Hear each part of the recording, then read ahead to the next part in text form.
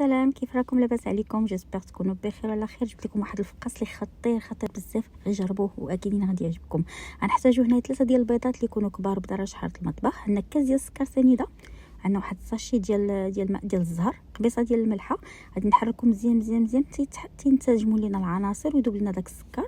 ومن بعد غادي نضيفوا كاس ديال الزيت، نديروا معلقه ديال النافع، معلقه ديال الزنجلان، وغادي نخلطوا بيان سور ونخلطو مزيان. وغادي نجيبوا اللوز اللي تقريبا واحد 100 غرام اولا 50 غرام اللي حبيتو، ماشي بشرط انه يكون بالعبار.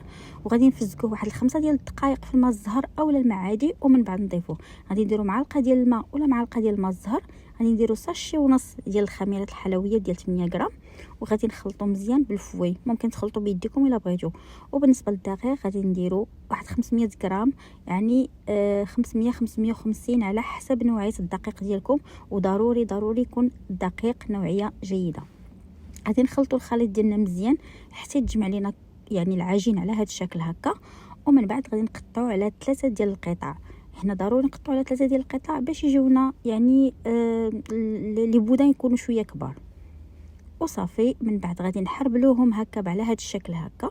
وضروري نبداو نحربلو ونقادو الجناب، نقادو زعما لي كوتي ديالهم باش يجينا داكشي مقاد ويجيونا لي بودان كلهم فورمه وحده، ما يجيش شي كبير وشي صغير.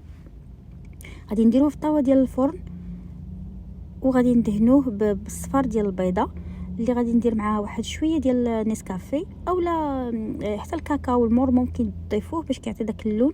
غادي نديرو هكا دي تراس بالفورشيت على هذا الشكل هكا، وغادي ندخلوه على درجه حراره 130 درجه اقل ما هو ممكن.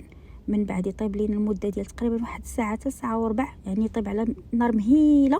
ومن بعد نقطعوه كيف ما شفتوا وغادي ندخلوه من بعد الفران. ولكن قبل ما داكشي غادي نديروه في واحد من نخرجوه من الفران المره الاولى غنديروا له واحد الزويف اللي يكون فازك، ونخليوه حتى يبرد مزيان مزيان مزيان، نقطعوه. ومن بعد ندخلوه للفران على درجه حراره 180 درجه تتحمر لينا من الجوانب كاملين. وبصحه وراحه.